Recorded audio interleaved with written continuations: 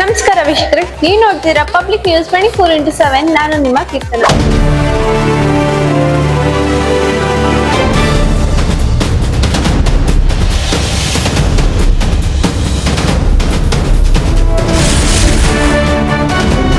ನಮಸ್ಕಾರ. Public news 24/7 Kannada ಚಾನಲ್ಗೆ thank you so much ma'am. ಇವತ್ತು ನಾವು ಮಾಡುವಂತ ವರ್ಕ್ ನ ರೆಕಗ್ನೈಸ್ ಮಾಡಿ ಒಂದು ಇಂಟರ್ವ್ಯೂ ಮಾಡ್ತಾ ಇದ್ದೀರಾ. ಹಾಗಾಗಿ ಸೊ ಯಾಕೆ ನಿಮ್ಗೆ ಫಸ್ಟ್ ಥ್ಯಾಂಕ್ಸ್ ಹೇಳ್ತೀನಿ ಅಂದ್ರೆ ತುಂಬಾ ಇಂಪಾರ್ಟೆಂಟ್ ಒಂದು ಗ್ರಾಟಿಟ್ಯೂಡ್ ಅನ್ನೋದು.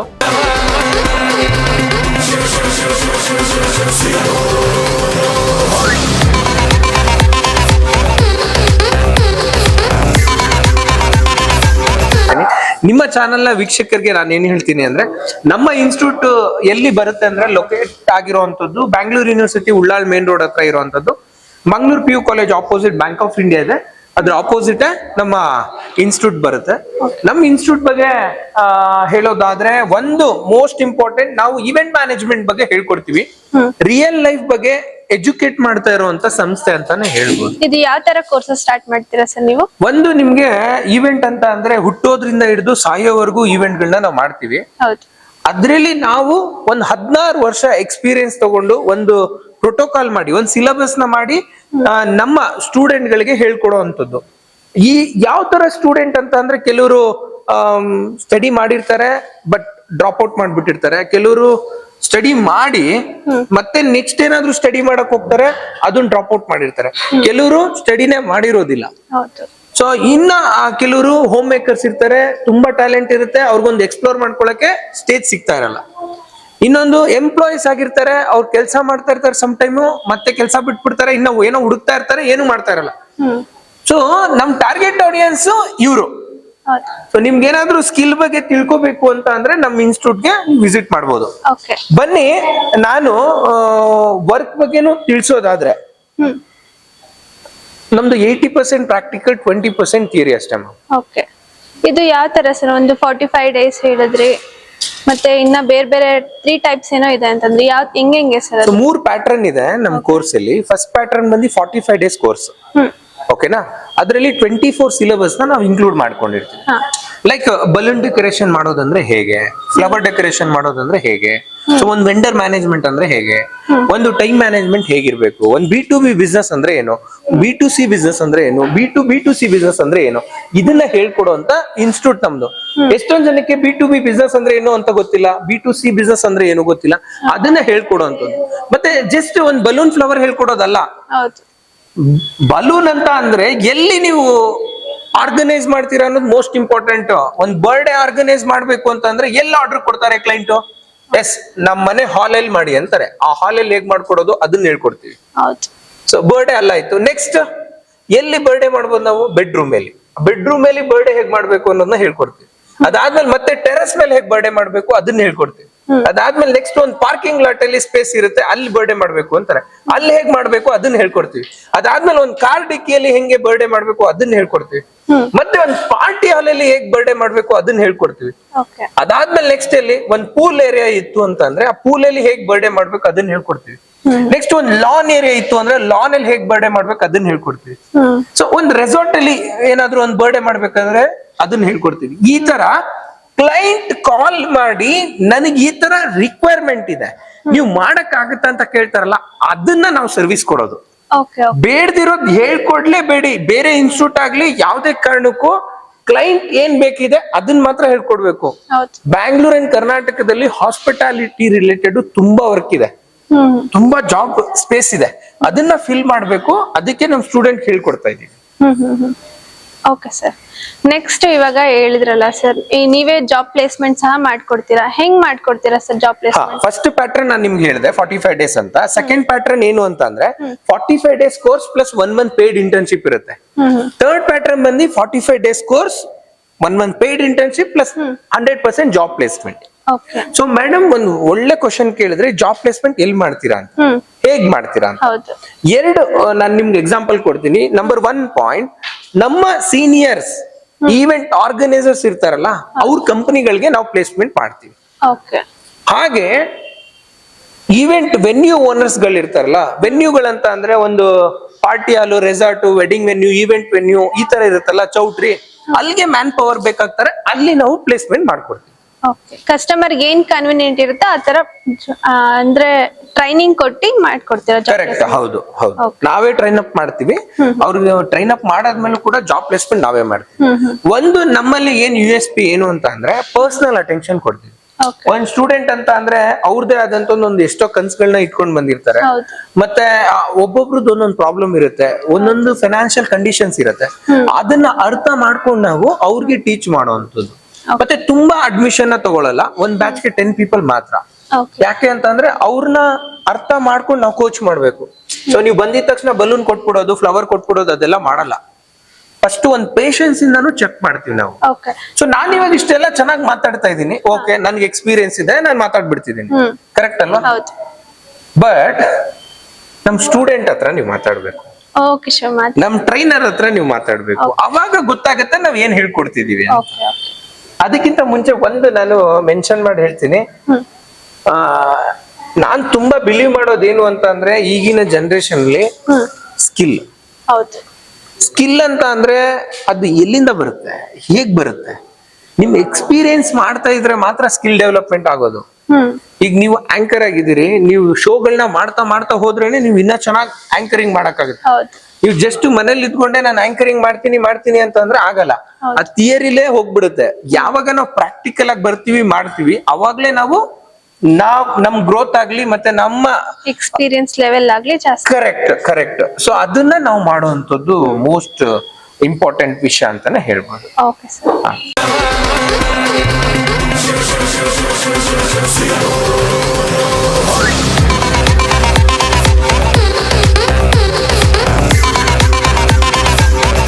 ನಿಮ್ಮ ಕನಸುಗಳನ್ನ ನಿಜಗೊಳಿಸಲು ಬಂದಿದ್ದು V.9 ಇವೆಂಟ್ಸ್.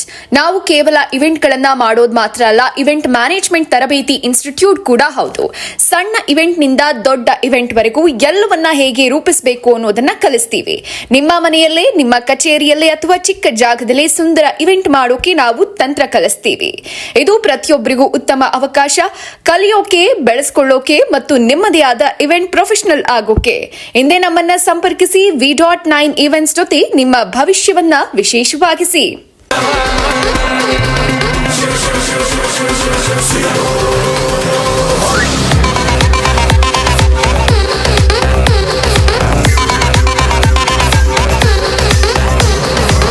ಗುರುವೇ ನಿನ್ನಾಟ ಬಲ್ಲೋರ್, ಗುರುವೇ ನಿನ್ನಾಟ ಬಲ್ಲೋರ್, ಗುರುವೇ ನಿನ್ನಾಟ ಬಲ್ಲೋರ್ ಯಾರ್ಯಾರೋ. ಶಿವನೇ ನಿನ್ನಾಟ ಬಲ್ಲೋರ್ ಯಾರ್ಯಾರೋ. ಶಿವ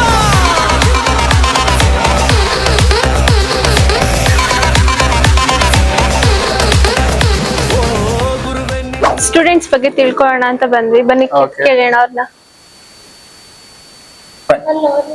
ಪ್ರಿಯಾಂಕಾ, ಏನ್ ಮಾಡ್ತಾ ಇದ್ದೀರಾ? ಸರ್ ನಾನು ಫ್ಲವರ್ ಆರ್ಟ್ಸ್ ನೋಡ್ತಾ ಇದ್ವಿ.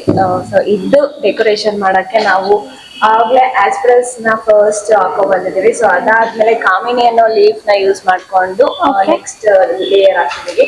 ಸೊ ಅದಾದ್ಮೇಲೆ ನೀವು ನೋಡ್ತಾ ಇರ್ಬೋದು, ಈ ಫ್ಲವರ್ ಹೆಸರು ಬಂದು ಕ್ರಿಸ್ಟಲ್ ತಮ್ಮ ಅಂತ ಹೇಳ್ಬಿಟ್ಟು. ಸೊ ಅದನ್ನ ಯೂಸ್ ಮಾಡ್ಕೊಂಡು ಒಂದು ಪ್ಯಾಟ್ರನ್ ಫಾಲೋ ಮಾಡ್ಕೊಂಡ್ ಬರ್ತಿದೀವಿ. ಅದಾಗಿದ ತಕ್ಷಣ ನೆಕ್ಸ್ಟ್ ಇದು ಸ್ವೀಟ್ ಅಂತ ಹೇಳಿ ಈ ಫ್ಲವರ್ ಹೆಸರು. ಸೊ ಇದನ್ನ ಯೂಸ್ ಮಾಡ್ಕೊಂಡು ಇನ್ನೊಂದು ಪ್ಯಾಟ್ರನ್ ಆಗಿ ಕನ್ವರ್ಟ್ ಮಾಡ್ಕೊಂಡ್ ಬರ್ತಾ ಇದೀವಿ. ಇದಾದ್ಮೇಲೆ ನೆಕ್ಸ್ಟ್ ಇನ್ನ ಆಡ್ ಮಾಡೋದು. ಸರ್ ಅದೇ ಇವಾಗ 3-4 ಡೇಸ್ ನೈಟ್ ನಿದ್ದೆ ಮಾಡಿಲ್ಲ ಅಂತ ಕೇಳಿದ್ವಿ, ಹೆಂಗೆ ಸರ್? ಮ್ಯಾಮ್ ಏನಂತಂದ್ರೆ ಆ ರಿಯಲ್ ಲೈಫ್ ಎಕ್ಸ್ಪೀರಿಯನ್ಸ್ ಕೊಡೋಕೋಸ್ಕರ ನಾವು ಬಂದಿರೋದು. ಅಷ್ಟು ನೀಡ್ ಇದೆಯಾ? ನಿಮ್ ಟೈಮಿಂಗ್ಸ್ ಏನಿರುತ್ತೋ ಅದ್ರಲ್ಲೇ ಮಾಡ್ಬೋದಿತ್ತಲ್ಲ. ನಮ್ ನೀಡ್ ಇದೆಯಾ ಅನ್ನೋದು ಒಂದು ಕ್ವಶನ್. ನಾವು ಅಮೌಂಟ್ ಮಾಡಕ್ ಬಂದಿದ್ರೆ ಅಥವಾ ದುಡ್ಡು ಮಾಡಕ್ ಬಂದಿದ್ರೆ ನಮ್ಗೆ ನೀಡ್ ಇದೆಯಾ ಅನ್ನೋದು ಬರುತ್ತೆ. ಬಟ್ ನಮ್ಮ ಕಂಪನಿ CEO ಯಾರಿದ್ದಾರೆ, ಆಂಕರ್ ಅರುಣ್ ಸರ್, ಅವ್ರ ವಿಷನ್ ಏನ್ ಗೊತ್ತಾ? ಯೂತ್ಸ್ ಮುಂದೆ ಬರ್ಬೇಕು, ನ್ಯೂ ಸ್ಟಾರ್ಟ್ಅಪ್ಸ್ ಬರ್ಬೇಕು. ಈವೆಂಟ್ ಇಂಡಸ್ಟ್ರಿಯಲ್ಲಿ ಸಿಕ್ಕಾಪಟ್ಟೆ ದುಡ್ಡಿದೆ, ಯಾರು ಹೇಳ್ತಾ ಇಲ್ಲ. ಅರುಣ್ ಸರ್ ಹೇಳ್ತಾ ಇದಾರೆ ಸಿಕ್ಕಾಪಟ್ಟೆ ದುಡ್ಡಿದೆ, ಬನ್ನಿ ಈ ಫೀಲ್ಡ್ಗೆ, ಎಲ್ಲಾರು ಸೇರಿ ರಾಕ್ ಮಾಡೋಣ. ಆಮೇಲೆ ಇದು ದೊಡ್ಡ ಸಮುದ್ರ ಮ್ಯಾಮ್. ಹೆಂಗ್ ಗೊತ್ತಾ, ಈವೆಂಟ್ ಇಂಡಸ್ಟ್ರಿಗೆ ಬಂದ್ಬಿಟ್ರೆ ಕಾಂಪಿಟೇಟರ್ ಆಗ್ಬಿಡ್ತಾರೆ ಅಂತ ಅನ್ಕೊಳ್ಳೋರು ತುಂಬಾ ಜನ ಇದಾರೆ. ಇಷ್ಟು ಜನದ ಮಧ್ಯ ಯಾರೋ ಒಬ್ರು ನಿಂತು ಕಾಂಪಿಟೇಟರ್ ಅಂತ ಅಲ್ಲ ಸರ್, ಗ್ರೋ ಟುಗೆದರ್ ಅಂತ ಬೆಳೆಯೋಣ ಬನ್ನಿ. ಸಿಂಪಲ್, ಎಲ್ಲೂ ಕಾಂಪಿಟೇಟರ್ ಅಲ್ಲ. ನಾನ್ ಈವೆಂಟ್ ಮಾಡ್ತೀನಾ, ಈಗ ನೀವು ಲ್ಯಾಂಪ್ ಇಂದ ಏನೋ ಒಂದ್ ಮಾಡ್ತೀರಾ ಅಂತ ಅನ್ಕೊಳ್ಳಿ. ಓನ್ಲಿ ಲ್ಯಾಂಪ್, ಮೊನೋಪೊಲಿ ಲ್ಯಾಂಪ್ ಅಲ್ಲಿ ಒಂದ್ 100 ತರ ಡಿಸೈನ್. ಯಾವ್ದೇ ಕಾರ್ಪೊರೇಟ್ ಇವೆಂಟ್, ಯಾವ್ದೇ college event, school event, opening event, inauguration ಯಾವ್ದೇ ಆಗ್ಲಿ, ಲ್ಯಾಂಪ್ ಮಾತ್ರ ಮಾಡ್ತೇನೆ. ಅದ್ರಲ್ಲೇ 100 ವೆರೈಟಿ ಇಟ್ಕೋತೀವಿ. Balloon decoration specified balloon decorator ಮಾತ್ರ ಯಾವ ತರ ಬೇಕು ಫೋಟೋ ತೋರಿಸಿದ್ರೆ ಸೇಮ್ ಟು ಸೇಮ್ ಮಾಡ್ಕೊಡ್ತೀವಿ. ಫ್ಲವರ್ ಡೆಕೋರೇಟರ್ ಅಂದ್ರೆ ಈ ರೀತಿ ಸ್ಪೆಷಲೈಸ್ಡ್ ಆಗಿ ಮೋನೋಪೋಲಿ ಆಗಿ ಅಂತ ಹೇಳ್ತಿದಾರೆ ಅವ್ರ ವಿಷನ್ ಇರೋದು ಸಿಂಪಲ್. ದುಡ್ಡು ಮಾಡೋದಂತಾದ್ರೆ ಏನ್ ಬೇಕಾದ್ರೂ ಮಾಡ್ಬೋದು.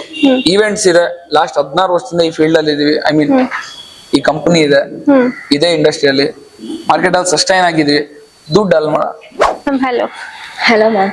ಹೆಂಗೆ ಮ್ಯಾಮ್ ಇದು 3-4 ಡೇಸ್ ಇಂದ ನಿದ್ದೆ ಮಾಡ್ದಂಗ್ ಹೆಂಗಿರ್ತೀರಾ? ಹೆಂಗ್ ಮಾಡ್ತಿದ್ರ ವರ್ಕ್? ಪ್ರೆಷರ್ ಆಗ್ತಿಲ್ಲ, ಸ್ಟ್ರೆಸ್ ಆಗ್ತಿಲ್ಲ ನಿಮ್ಗೆ? ಸ್ಟ್ರೆಸ್ ಪ್ರೆಷರ್ ಅಂತ ಏನಿಲ್ಲ ಮ್ಯಾಮ್. ಆಕ್ಚುಲಿ ನೋಡ್ಬೋದು ನಮ್ಮ ಅಟೈರ್ ನ ನೀವು. ಸೊ ಮಂಡೇ ಬಂದಿರೋ ಕಾಸ್ಟ್ಯೂಮ್ ಅಲ್ಲಿ ನಾವ್ ಇನ್ನೂ ಹಿಂಗೆ ಇದೀವಿ. ಸೊ ಒಂದ್ ಜೀನ್ಸ್ ಅಲ್ಲೇನೆ, ಆಮೇಲೆ ವೈಟ್ ಟಿ ಶರ್ಟ್ ನೋಡ್ತಿರ್ಬೋದು ನೀವು. ನಾವು ಮಾರ್ಕೆಟ್ ಹೋಗಿ ಪರ್ಚೇಸ್ ಮಾಡ್ಕೊಂಡ್ ಬಂದಿರೋ ಐಟಮ್ಸ್ ಎಲ್ಲ ತಂದು ಇಷ್ಟು ಎನರ್ಜಿ ಆಗಿ ಇಷ್ಟು ಡೆಡಿಕೇಟಿವ್ ಆಗಿ ಮಾಡ್ತಾ ಇದೀವಿ. ನಮ್ಗಂತೂ ತುಂಬಾನೇ ಇಂಟ್ರೆಸ್ಟ್ ಇದೆ. ಆಕ್ಚುಲಿ ಈವೆಂಟ್ ಮ್ಯಾನೇಜ್ಮೆಂಟ್ ಫೀಲ್ಡ್ ಅಲ್ಲಿ ನಂದು ಒಂದು ಕನ್ಸಿದೆ ಅಂತಾನೆ ಹೇಳ್ಬೋದು.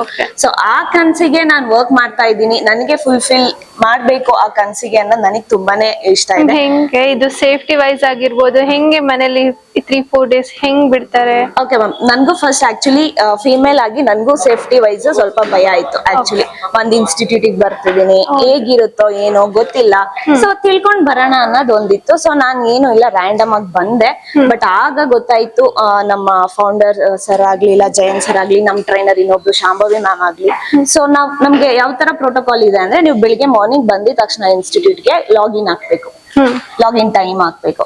ಅದಾದ್ಮೇಲೆ ಲಂಚಿಗೆ ಬಿಡ್ತಿದಾರ, ಲಂಚಿಂಗ್ ಟೈಮ್ ಹಾಕ್ಬೇಕು, ಲಾಗೌಟ್ ಟೈಮ್ ಹಾಕ್ಬೇಕು. ಆಮೇಲೆ ಕ್ಲಾಸ್ ಯಾವಾಗ ಎಂಡ್ ಆಯ್ತು ಆ ಟೈಮ್ ಹಾಕ್ಬೇಕು. ಆಮೇಲೆ ಮನೆಗೆ ಹೋಗಿ ರೀಚ್ ಆದ್ಮೇಲೆ ನಾವು ರೀಚ್ ಅಂತ ಹಾಕ್ಬೇಕು. ಇಲ್ಲ ಲೇಟ್ ಆಗ್ತಿದೆ ಹೋಗೋದು ಅಂದ್ರೆ ಲೈವ್ ಲೊಕೇಶನ್ಸ್ ಕಳ್ಸ್ಬೇಕು. ಸೊ ಕಳ್ಸೋ ತಕ್ಕ ಲೈಕ್ ಅವ್ರಿಗೂ ಸಮಾಧಾನ ಇರಲ್ಲ. ಸೊ ನಾವ್ ಎಷ್ಟೇ ಲೇಟ್, ಒಂದೊಂದ್ಸಲಿ ಮರ್ತ್ ಬಿಡ್ತೀವಿ, ಗೊತ್ತಲ್ಲ ಹ್ಯೂಮನ್ ಇದಿರುತ್ತೆ. ಸೊ ಮರ್ತ್ ಬಿಡ್ತೀವಿ. ಸೊ ಅವರು ಮರ್ತಿರಲ್ಲ. ಕಾಲ್ ಮಾಡ್ತಿ, ಮ್ಯಾಮ್ ಎಲ್ಲಿದ್ದೀರಾ, ಯಾಕೆ ಲಾಗೌಟ್ ಹಾಕಿಲ್ಲ, ಯಾಕೆ ಲಾಗಿನ್ ಹಾಕಿಲ್ಲ, ಯಾಕೆ ರೀಚ್ ಆಗಿಲ್ಲ. ಸೊ ನಾವ್ ಪಿಕ್ ಮಾಡ್ಲಿಲ್ಲ ಅಂದ್ರೆ ಪೇರೆಂಟ್ಸ್ ಗೆ ಕಾಲ್ ಮಾಡಿ ಕೇಳ್ತಾರೆ, ಬಂದ್ರ ಮಗಳು ಹೋಗ್ಲಾ.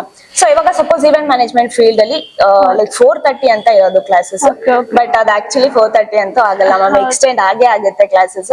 ಸೊ ನಮ್ ಇಂಟ್ರೆಸ್ಟ್, ಆಮೇಲೆ ಟ್ರೈನರ್ಸ್ ಇಂಟ್ರೆಸ್ಟ್ ಮೇಲೆ ಒಂದೊಂದ್ಸಲಿ 10 ಆಗುತ್ತೆ, 11 ಆಗುತ್ತೆ, 12 ಆಗುತ್ತೆ. ಅವಾಗ ಏನ್ ಮಾಡ್ತಾರೆ, ಟ್ರೈನರ್ ಕೂಡ ಕರ್ಕೊಂಡೋಗಿ ಮನೆ ಬಾಗ್ಲಿ ತಕ ಬಿಟ್ಬಿಟ್ಟು ಬರ್ತಾರೆ ಆಕ್ಚುಲಿ. ಸೊ ಪೇರೆಂಟ್ಸ್ಗೂ ಇನ್ಫಾರ್ಮ್ ಮಾಡ್ತಾರೆ, ಬಿಟ್ಟಿದೀವಿ ಹಿಂಗೆ ಅಂತ ಅಂದ್ಬಿಟ್ಟು. ಸೊ ಅಷ್ಟು ಸೇಫ್ಟಿ ಇದೆ ಮ್ಯಾಮ್. ಆಕ್ಚುಲಿ ಅಷ್ಟು ಸೇಫ್ಟಿ ಇರ್ಬೇಕಾದ್ರೆ ಏನ್ ಭಯ ಪಡ್ಬೇಕು ಹೇಳಿ ನೀವೇ.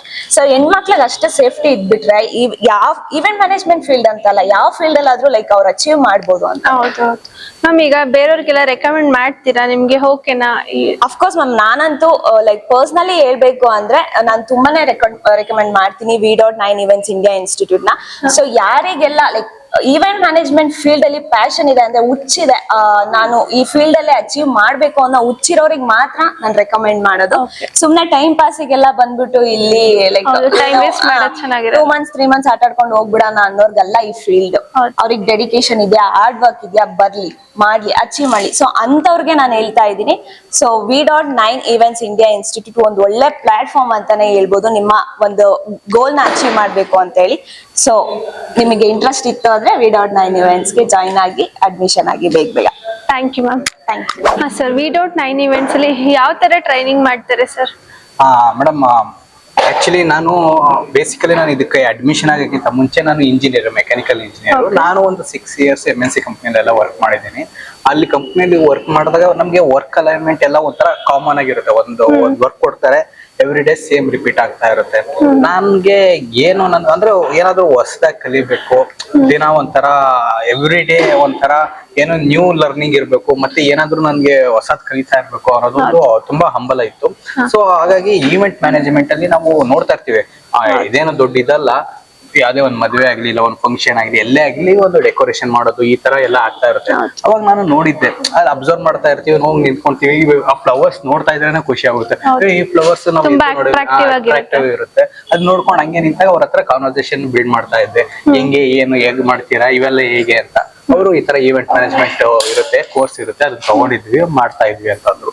ಆಮೇಲೆ ಅವ್ರ ನಂಬರ್ ಇಸ್ಕೊಂಡು ನಾನು ಕಾಂಟ್ಯಾಕ್ಟ್ ಮಾಡಿ ಮತ್ತೆ ಅವ್ರ ಹತ್ರ ಫಾಲೋ ಅಪ್ ಎಲ್ಲ ಮಾಡಿ ಕೇಳಿ ಈ ತರ ಎಲ್ಲ ಇದೆ ಅನ್ಬೇಕಾದ್ರೆ ಒಂದು ತಿಳ್ಕೊಂಡೆ, ಇನ್ಸ್ಟಿಟ್ಯೂಟ್ ಬಗ್ಗೆ ತಿಳ್ಕೊಂಡೆ. ಈ ಇನ್ಸ್ಟಿಟ್ಯೂಟ್ ಬಗ್ಗೆ ಮತ್ತೆ ನಾನು ಗೂಗಲ್ ಸರ್ಚ್ ಮಾಡಿದಾಗ ಫಸ್ಟ್ ಬಂದಿದೆ V.9 Events India Institute ಅಂತ. ಅದೇ ನಂಬರ್ 1 ಆಗಿರೋದ್ರಿಂದ ನಾನು ಆಯ್ತು ಎಲ್ಲಿದೆ ಏನು ಅಂತ ನೋಡಿದೆ. ನನಗೆ ನಿಯರ್ ಇತ್ತು. ಮತ್ತೆ ನಾನು ಬಂದಿದ ತಕ್ಷಣ ನಾನು ಜಸ್ಟ್ ಜಾಯ್ನ್ ಆಗಿಲ್ಲ, ಫಸ್ಟ್ ಫೋನ್ ಮಾಡಿದೆ. ಫಸ್ಟ್ ಫೋನ್ ಮಾಡಿದಾಗ್ಲೂ ಅವರು ಬನ್ನಿ ಜಾಯ್ನ್ ಆಗಿ ಅಂತಾನು ಹೇಳಿಲ್ಲ.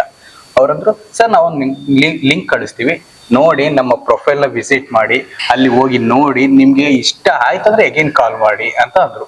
ನಾವು ಅದಾದ್ಮೇಲೆ ಅಲ್ಲಿ ಹೋದ್ವಿ, ಆ ಪ್ರೊಫೈಲ್ ನೋಡಿದ್ವಿ, ಅವ್ರ ವರ್ಕ್ ಹೇಗಿದೆ ನೋಡಿದ್ವಿ, ರಿವ್ಯೂಸ್ ನೋಡಿದ್ವಿ, ತಿರ್ಗಾ ಅವರು ವರ್ಕ್ ಮಾಡಿರೋದು ಈವೆಂಟ್ಸ್ ಮಾಡಿರೋದೇ ಆಗ್ಲಿ, ಇಲ್ಲಾಂದ್ರೆ ಸ್ಟೂಡೆಂಟ್ಸ್ ರಿವ್ಯೂ ಆಗ್ಲಿ ಎಲ್ಲ ನೋಡಿ ಅಬ್ಸರ್ವ್ ಮಾಡಿದ್ವಿ. ಮಾಡಿದಾದ್ಮೇಲೆ ಮತ್ತೆ ಇಲ್ಲಿಗೆ ಬಂದ್ವಿ. ಇಲ್ಲಿಗೆ ಬಂದಾಗ ಅವ್ರು ಹೇಳಿದ್ದು ಹಂಗೆ ಯಾರನ್ನೇ ಆಗ್ಲಿ ಅದೇ ಅವ್ರಿಗೆ ಇನ್ಫಾರ್ಮೇಶನ್ ಕೊಡ್ಬೇಕು, ಇನ್ಫಾರ್ಮೇಶನ್ ಕೊಟ್ಟು ತಗೋಬೇಕು. ಏನು ಗೊತ್ತಿಲ್ಲ ಹೌದು ಮೇಡಮ್. ನಾವು ಇಲ್ಲಿ ಬಂದಾಗ ಅದೇ ಮತ್ತೆ ಅವ್ರು ಮಾತಾಡಿದ್ರು, ತಿಳ್ಕೊಳ್ಳಿ, ನಿಮ್ಗೆ ನಮ್ ಕಾನ್ಸೆಪ್ಟ್ ಏನು, ನಾವ್ ಯಾವ ತರ ವರ್ಕ್ ಮಾಡ್ತಿದೀವಿ ಅಂತ ನೀವು ತಿಳ್ಕೊಂಡು ನೀವು ಬನ್ನಿ ಅಂತಂದ್ರು. ಬಂದಾದ್ಮೇಲೆ ಎಲ್ಲಾರು ಜಾಯ್ನ್ ಆದ್ರು. ಕ್ಲಾಸ್ ಸ್ಟಾರ್ಟ್ ಆದಿತ್ತು. ಕ್ಲಾಸ್ ಸ್ಟಾರ್ಟ್ ಆದಾಗ ನಮ್ಗೆ ಇನ್ಫಾರ್ಮ್ ಮಾಡಿದ್ದು ಮಾರ್ನಿಂಗ್ 10:30 to 4:30 ಅಷ್ಟೇ. ಹೌದು, 4 days ಇಂದ. ಹೌದು. ಆಕ್ಚುಲಿ ಹಂಗೆ ನಮ್ಗೆ ಅದು 10:30 to 4:30 ಅನ್ನೋದು ನಮ್ಗೆ ಟೈಮಿಂಗ್ಸ್ ಇತ್ತು. ಇನ್ ಕೇಸ್ ಅದಾದ್ಮೇಲೆ ಎಕ್ಸ್ಟೆಂಡ್ ಆಗೋದು ಸಮ್ಟೈಮ್ಸ್ ಎಕ್ಸ್ಟೆಂಡ್ ಆದಾಗ ಅದು ನಮಗೆ ಪ್ರಾಫಿಟ್. ನಮ್ಗೆ ಜಸ್ಟ್ ಈ 75 days ಅಲ್ಲಿ ಏನ್ ಕಲಿತೀವೋ ಇದೇ ನಮ್ದು. ಮತ್ತೆ ಇದಾದ್ಮೇಲೆ 76th day ಇಂದನೂ ನಾವು ಕಲಿಯಕ್ಕೆ ಚಾನ್ಸ್ ಇರಲ್ಲ. ಅಫ್ಕೋರ್ಸ್ ಬರಕ್ ಕೇಳಿದಾರೆ, ನೀವ್ ಯಾವಾಗಾದ್ರು ಬನ್ನಿ ಏನಾದ್ರು ಕೇಳಿ ಅಂತ. ಬಟ್ ನಾವೇನಾದ್ರು ಬೇರೆ ವರ್ಕ್ ಇಲ್ಲ ಬೇರೆ ಏನಾದ್ರು ಇದ್ರೆ ಹೋಗ್ಬೇಕಾಗುತ್ತೆ. ಈ 75 days ಅಲ್ಲೇ ನಾವು ಕಲಿಬೇಕು. ಆ 75 days ಅಲ್ಲಿ ಎಷ್ಟು ಮ್ಯಾಕ್ಸಿಮಮ್ ನಮ್ಗೆ ಇಲ್ಲಿ ಟೈಮ್ ಇಲ್ಲಿ ಸ್ಪೆಂಡ್ ಮಾಡ್ತೀವೋ ಅದು ನಮ್ಗೆ ಪ್ರಾಫಿಟ್. ಬಟ್ ಅವ್ರಿಗೇನೋ ಅದು ಅವಶ್ಯಕತೆ ಇಲ್ಲ. ಅವ್ರದ್ದೇನಿದೆ ಟೈಮ್ಸ್ 10:30 to 4:30 ಇದು ಮುಗಿಸ್ಕೊಂಡು ಹೋಗ್ಬೋದು. ಬಟ್ ಈ ಒಂದು ಅವರು ಇರ್ತಾರೆ, ಅವರು ಇದ್ದು ನಮ್ ಜೊತೆ ಎಲ್ಲ ಇದ್ದು ನೈಟ್ 1 o'clock 2 o'clock 3 o'clock ಆದ್ರೂ ಇರ್ತಾರೆ. ಗಂಡ್ ಮಕ್ಳು ನಾವು ಬೈಕ್ ಇರುತ್ತೆ ಹೆಂಗೋ ಹೋಗ್ತಿವಿ, ಬಟ್ ಹೆಣ್ಮಕ್ಳು ಇರ್ತಾರೆ.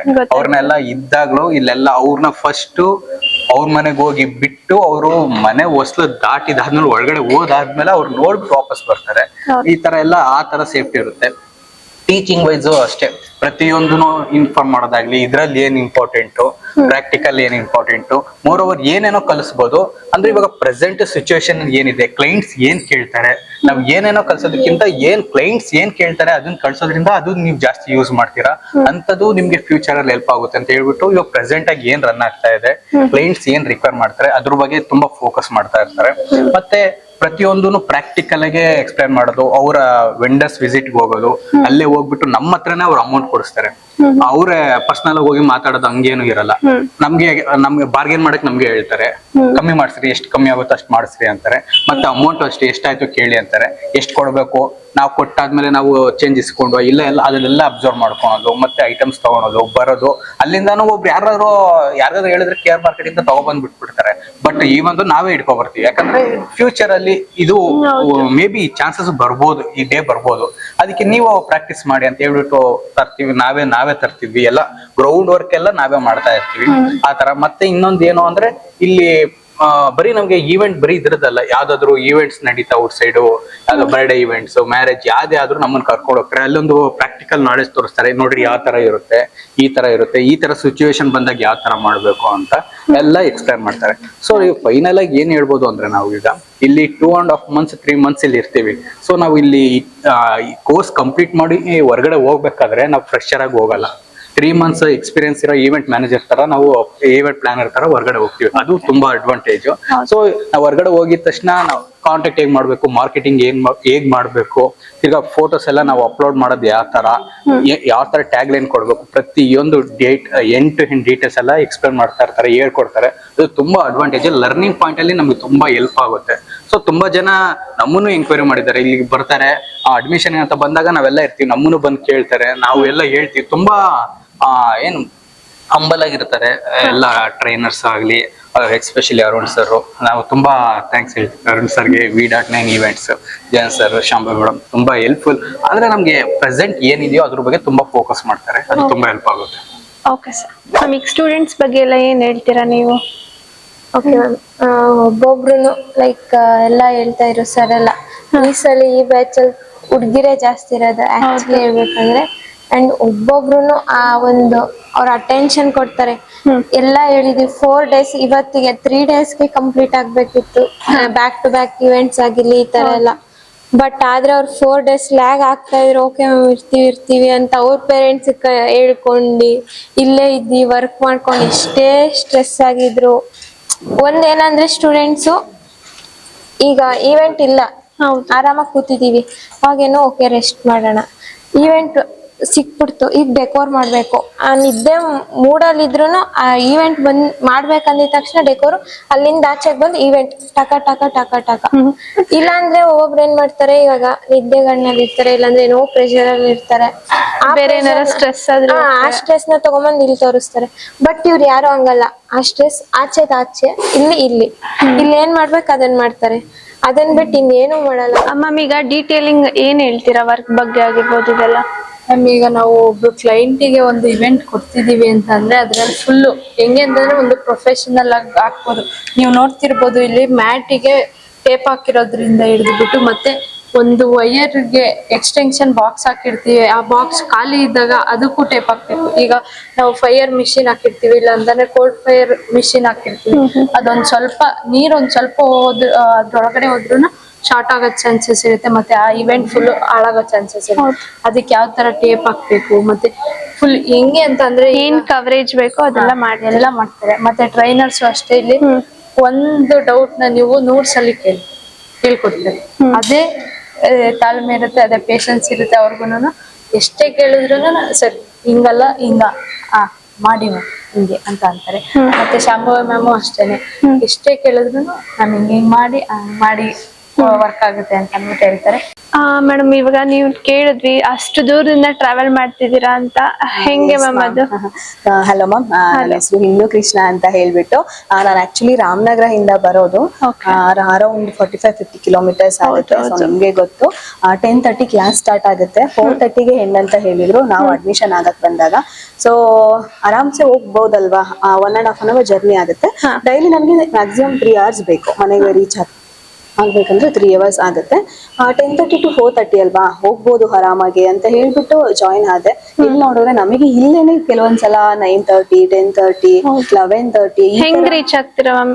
10:30, 11:30 ತುಂಬಾ ಕಷ್ಟ ಆಗುತ್ತೆ. ಬಟ್ ಗೊತ್ತಲ್ಲ, ಇವಾಗೆಲ್ಲ ಸ್ಟ್ರಗಲ್ ಮಾಡಿದ್ರೇನೆ ಒಂದ್ ಲೈಫ್ ಅಲ್ಲಿ ಸಕ್ಸಸ್ ಅಂತ ಆಗೋದು. ಸೊ ಸ್ಟ್ರಗಲ್ ಪಡ್ಲೇಬೇಕಾಗುತ್ತೆ, ಬೇರೆ ಆಪ್ಷನ್ ಇರಲ್ಲ.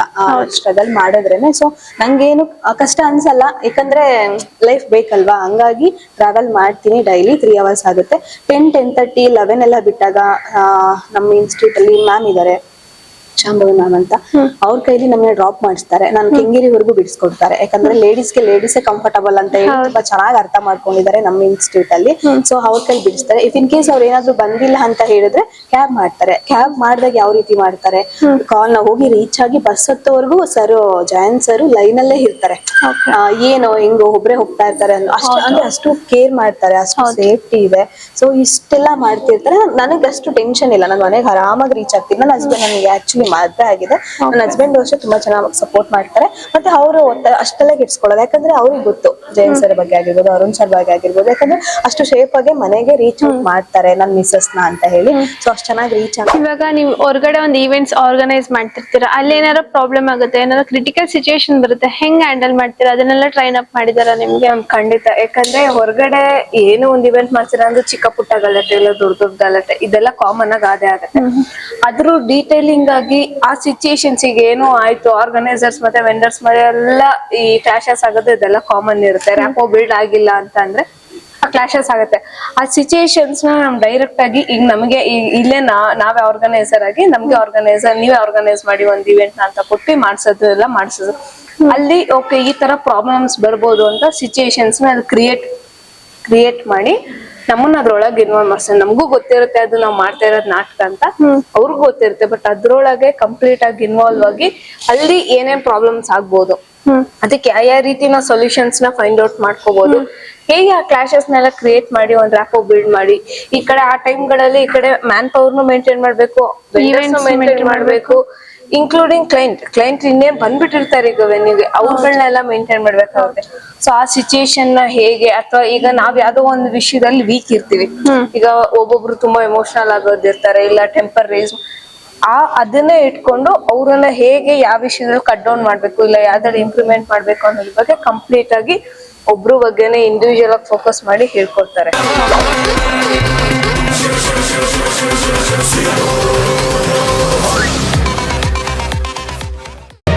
ಮತ್ತಷ್ಟು ಸುದ್ದಿಗಳಿಗಾಗಿ ನೋಡ್ತಾ ಇರಿ ಪಬ್ಲಿಕ್ ನ್ಯೂಸ್ 24x7.